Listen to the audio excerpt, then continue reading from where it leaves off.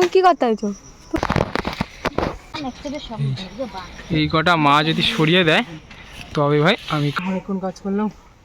আর তো আমাদের স্কুলে আর ঘরে তো কাজ বাজ করেছি, খুব ধারে ঘরে ছিলাম আর এইটাই ছিলাম।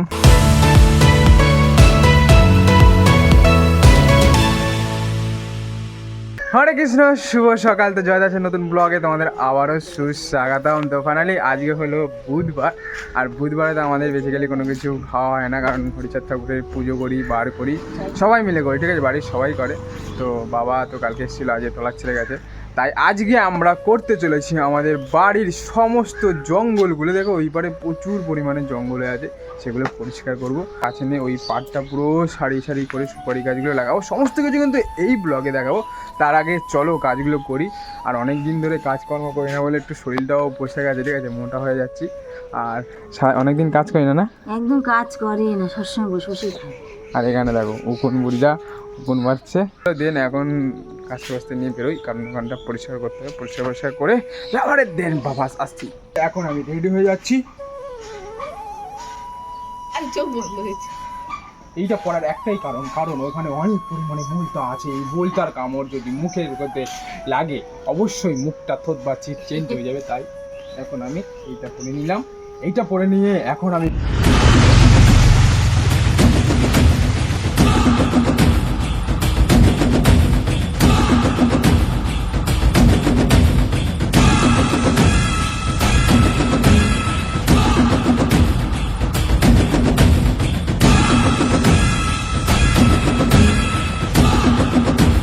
ফাইনালি রেডি হয়ে গেছি। এখন আমাদের ওই পাটটায় যেখানে প্রচুর পরিমাণে জঙ্গল গেছে ওগুলো কাটবো, তারপরে কালকে অবশ্যই গাছ নিয়ে ওই সেম জায়গাটায় লাগাবো, কারণ একটি গাছ একটি প্রাণ। তোমরা যতই এসি ব্যবহার করো না কেন, এসির জায়গায় এই দেখ পিয়ারা, এই সব সময় আমি যখনই কথা বলবো ও পেয়ারা হলো ওদিকেই ঘুরে।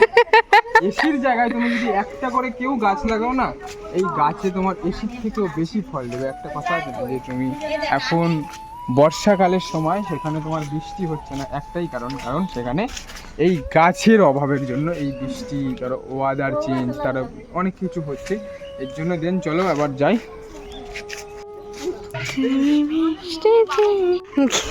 কি दाम कितना है तो जानते हो तुम? एक खेजूर हमको এই গাছ से होता है, মানে এই খেজুর এই গাছ থেকে। ভাই কি পোকা, এগুলো আমাদের এখানে কেউ খায় না, ঠিক আছে, তাই বেসিক্যালি চলে। এখন আমাদের এইখান থেকে পুরো পরিষ্কার করতে হবে, কারণ এখানে অনেকগুলো গাছ লাগাতে হবে। এই গাছের জন্য এটা পরিষ্কার না করলে হবে না, তাই দেন এখন পরিষ্কার করবো। তার আগে একটা কাজ করো তোমরা, আমি তো শুধু গাছগুলো কাটবো, ঠিক আছে, ওরা শুধু গাছগুলো টানবে। এর জন্য ওদের আমি 50 টাকা করে দেবো, ঠিক আছে। এই কারেন্টের তারগুলো কিন্তু বেশি মেন জিনিসটা, এইগুলো যদি হাত না লাগে, এইগুলো যদি হাত লাগে, আমি ধরো একটা এরকম পোকা দেখলাম, ফট করে যদি এরকম লাগে না, দাস আলবিদা, মানে মরে যাবে সেরকম দিন চলে। বলেন তো আমরা গাছ একটা বিরতি আমরা আমি জানি। এটা কি বলেন তো? বাতুম। ওটা কি বলতো? আঁশফলের ওইটা বড় বড় ঘাস।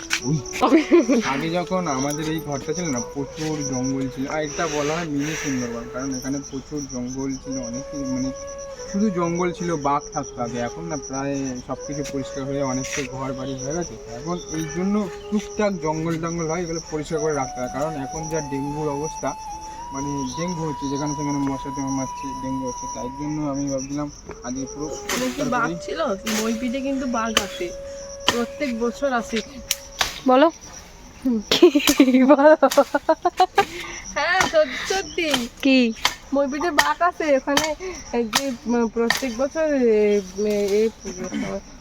দেখাই দাও। তুমি কি করতে হয়েছো? তুমি টানতে হয়েছো, আমি কেমন ধরতে হয়েছি? সাবধানে কাজ করতে হবে।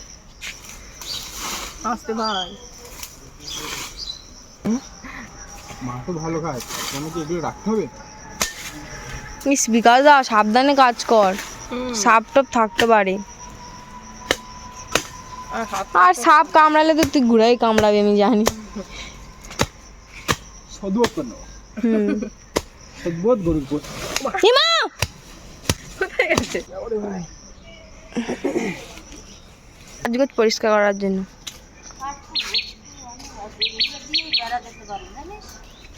কোনগুলো দিয়ে মা? এই যে ডালগুলো দিয়ে আমি গাড়ি করি। তুমি কি করতে এসছো?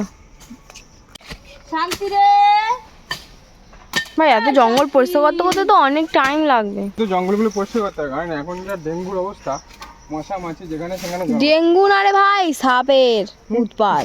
সাপের উৎপাত আমাদের এখানে প্রচুর পরিমাণে, এত বড় বড় এই দেখো একটা মনসা মন্দির ওখানটায়। মনসা মন্দির থেকে সেখানে যে সাপ থাকবে এরকম কোনো কথা নেই। তা কি মনসা মন্দির তাহলে ওখানে সাপ থাকবেই না ভাই, সাপ থাকে না। ইস একটুও ধান নাই, কি দিয়া কাটে দেখ। ভালো গায়ের জোরেই কাটে। বাবা রে, ও দাদা পরিষ্কার করবে রে। এত কষ্ট শুধু আমাদেরই হবে টানতে, ও তো শুধু কাটবে। না গাইজ, আমিও ওকে টানবো, আমি প্রথমে কাটবো, তারপরে দেন সমস্ত কিছু। ক্যামেরা বন্ধ করে দিচ্ছি, বন্ধ দিচ্ছি। আরে কাটতে পারিস না, এরকম ভাবে কেড়ে ভেঙে দিতে হয়।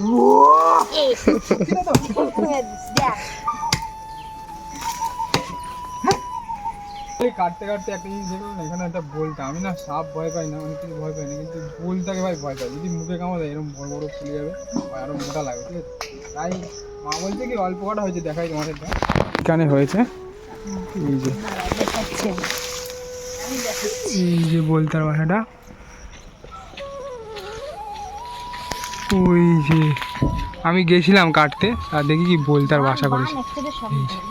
এই কটা মা যদি সরিয়ে দেয় তবে ভাই আমি কাজটা করতে পারবো না। চলো দেখি এখন মা পরিষ্কার করুক ওটা। মা সাবধান, সাবধান মা, গেছে শেষ। বলতে উঠছে দেখো, এই যে মা তুমি শেষ মা। আরেকবার মারতে হবে, নাহলে যাবে না। পড়ে গেলে হবে না, ওখানে তো থাকবে ও না, ও খুঁজবে। ওখানে আগুন দিত তো মা। মা তুমি শেষ, মা তুমি শেষ, মা খতম ভাই। আমার কাছে আসিস না কেউ, এগুলো নিয়ে চলে যাচ্ছে ভাই। টানতে পারিস না, খাস না নাকি? চলো মা একদম পরিষ্কার করে দিয়েছে, এখন বলতে আর কোনো ভয় নেই, কারণ আমার বলতে খুব ভয় করে। আগেরবারে পিছনটা পরিষ্কার করতে গেছি তখন আমাকে একটা কামড়ে দিয়েছিল না, দুটো। আমার ইঞ্জেকশন নিতে হয়েছে, বলতে আমার খুব একটা অ্যালার্জি আছে। নিয়ে যাচ্ছে, বাইরে ফেলে দেবে এগুলো। চল ভাই তাড়াতাড়ি যা, মোটামুটি ছেড়ে ছেলে।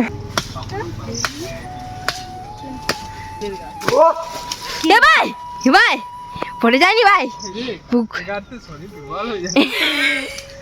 পুরো ফুল স্ক্রিপ্টেড। অনেকে আছে আবার মন্দিরে বসে মিথ্যা কথা বলে, তাদেরও ভয় লাগে। তা আমরা ভাই এখানে গাছ কাটতে কাটতে কেন মিথ্যা কথা বলবো না বলো?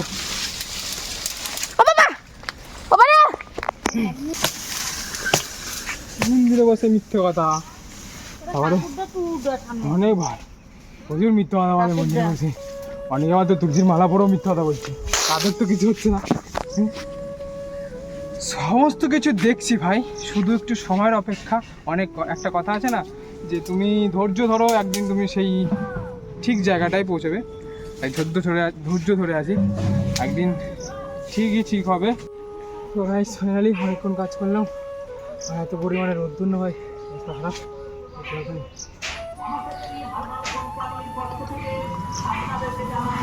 ফাইনালি অনেকক্ষণ কাজ করার পরে একটা ইনস্টাগ্রামে ভিডিও শ্যুট করে নিলাম। ভিডিও শ্যুট করে চলে গেলাম বাবার ট্রলারে জল দিতে। ট্রলারে গিয়ে দেখি কত পরিমাণে মাছ উঠছে, আর এখন না প্রায় ইলিশ মাছের দেখা নেই, তাই ওই ভোলা ঢেলা এই মাছগুলোই দেখছি। আর ওই যে দূরে ওটা হলো ট্রলার, আর এই যে গাড়িতে মাছ লোড হচ্ছে। দেন চলো এখন জল টল দিয়ে বাড়ি যাই, বাড়ি গিয়ে আরও অনেক কাজ আছে। The next day. So guys finally কিছুটা বৃষ্টি হয়েছিল বলে আমরা এই পাশটা পরিষ্কার এখন করা বন্ধ করেছি। এখন না আমাদের বাড়িটা পরিষ্কার করবো, মানে বাড়িটা পুরো জঙ্গলে ভর্তি আছে, মানে যে গাছপালা আনা জানা সব কিছু, আর গাছগুলো সব পরিষ্কার করে দিয়েছি সকাল সকাল উঠেই। এই যে বেল গাছ, ফুল গাছগুলো সব পরিষ্কার করে দিয়েছি। এখন মা ওখানে বৌদি পরিষ্কার করছে, এগুলো সব পরিষ্কার করেছি, ঠিক আছে?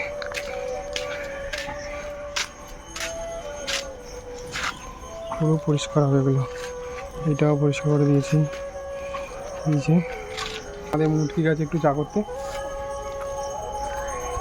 এখানে চা চলে এসছে আমাদের, বোন করে নিয়ে এসছে। দিন চলে এখন একটু পরিষ্কার করি, তারপর চাটা খাবো।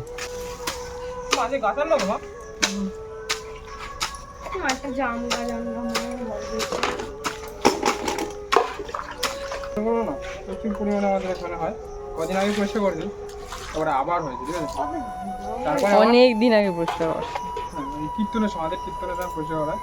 আবার একটু পরে আবার ওই দিকটা যাবো পরিষ্কার করতে, তারপরে গাছ আনবো আজকে। সমস্ত কিছু ব্লগে দেখাও, সমস্ত কিছু কিন্তু ব্লগে দেখাবো। তার আগে চলো পরিষ্কার করি, গাছ আনবো, অনেক ফলের গাছ আনবো, ফুলের গাছ আনবো। কাজ করছে তো তাই জন্য এই যে ড্রামগুলো খারাপ হয়ে গেছে, এগুলো মুখ কেটে আর তার উপর গাছ লাগাবো। হ্যাঁ রে ভাই, এখানে একটা লাগাবো, ওখানে লাগাবো। হ্যাঁ বুঝলি, প্ল্যানটা কেমন? আগে বুদ্ধি দেখলি, তোর বুদ্ধি না হয় আমার বুদ্ধি। ওর বুদ্ধি আতা মোটা। চা খাই এলাম, ভালো করে একটু ছাড়ছি। দেও সব ধুলাবালি সব উড়াই নিতে পারছে। কারণ উঠকে এখন চা খাচ্ছে, আর এদিকে মাও চা খাচ্ছে, আর এদিকে এখন হাত পা ধুয়ে একদম উঠে গেছে রেডি চা খাওয়ার জন্য। কিন্তু ভাই আমার চা খেলে হবে না, কারণ আজকে আমার পরিষ্কার করতে হবে। অনেকদিন টাইম নিয়েছি, তো আজকে এটা কমপ্লিট করতেই হবে। এই চা খাই এলাম। হবে লোক বলবে তোরা কি পটল বিস্কুট দিয়ে চা খাস? কত ভালো বলতে পটল বিস্কুট কেমন? আমি মুখ দেওয়া লাগে, মুখটা কুল্লি করে খাওয়া যায় না, তারপরে মুখ পটল বিস্কুট কেমন খেতে? মা তো হামাম হামাম। পটল বিস্কুট দুধ দিয়ে ভেজালে খুব ভালো লাগে। বাবারে, দেখেছি তো রেসিপি বলে দিলে। তোমরা সকাল সকাল এটা ট্রাই করতে পারো। ইস, এটা হলো কৃষক বন্ধু। আমরা যখন করেছিলাম এটা হলো কৃষক বন্ধু বলে, কারণ এটা অনেক উপকার করে কৃষক। কীভাবে উপকার করে বলতো?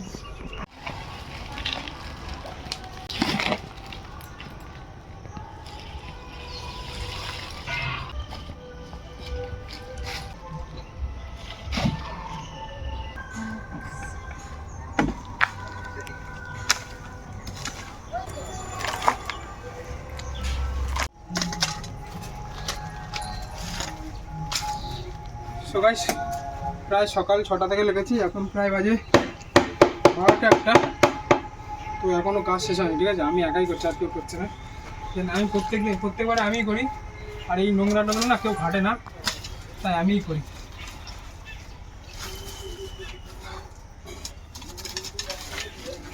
আর এই নারকেল গাছটা আমার হাতে লাগানো, ঠিক আছে।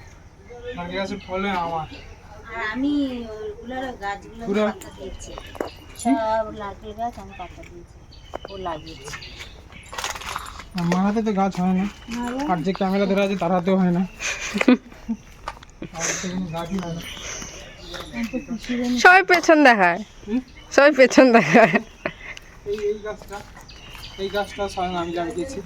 ওইটা মা, ওইটা মা লাগিয়েছে। ওকে বলেছি লাগাতে, ও কোনো রকম একটু গর্ত খুলে চলে গেছে, আমি তারপর লাগিয়েছি। এখন ও যে ঠিক করেছে ওটাকে খুঁজে খুঁজে ঠিক করে নিই। মিথ্যা কথা বলিস না, 3টে লাগিয়েছিলাম, মিথ্যা কথা বলিস না, তুই গর্ত করে চলে গেছিলি। মিথ্যা কথা বলিস না, ওটা আমি লাগিয়েছি। তো কোনো বললো না, সে তো খুঁজে দিল।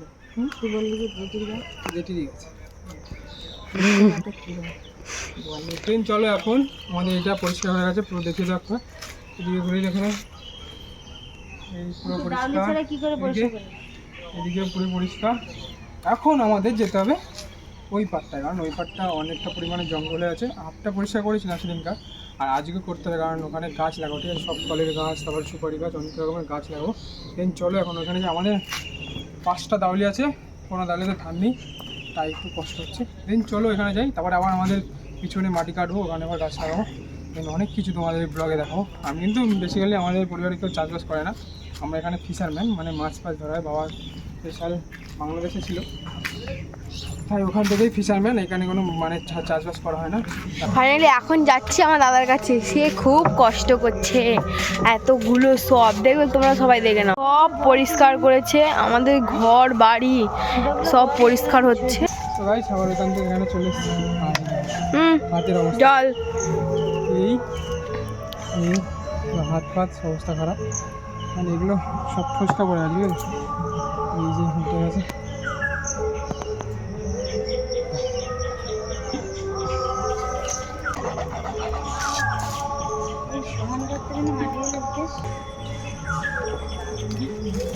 ফিল্টার জল রে ভাই, টাকা দিয়ে কিনতে হয়।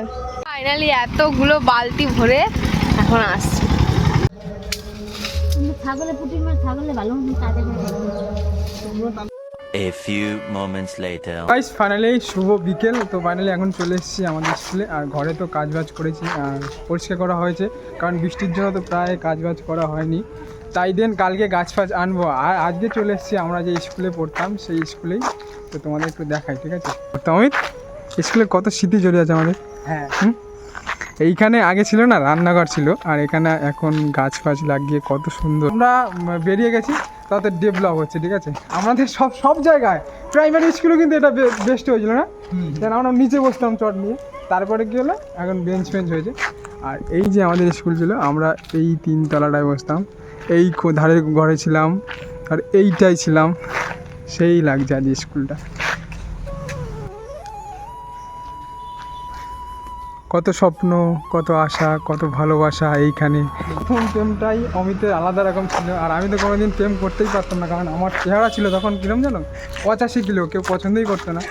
এখন যেহেতু চেহারা কমেছে, তবুও মেয়েরা আসে না, তবুও নো চিন্তা। তবুও আমরা এবার ছিল যখন আমরা এই স্কুলে পড়তাম, এইখান থেকে ছুটে ছুটে এসে এইখানে লাইন দিতাম, ঠিক আছে? আর এইখানে আমাদের প্রার্থনা হতো, যেটা জনগণ মনোযোগী হয় না, সেটাই হয়।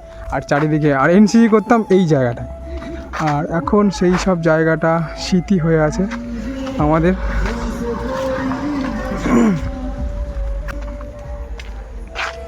স্কুলের নাম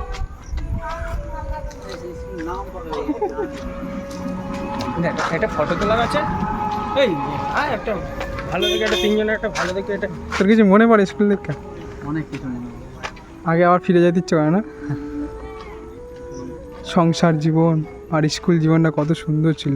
হ্যাঁ, এই রনর কত গার্লফ্রেন্ড ছিল স্কুলে, এখন আর নাই। আমি একটা ছবি তুলবি তুই? হ্যাঁ, ছবি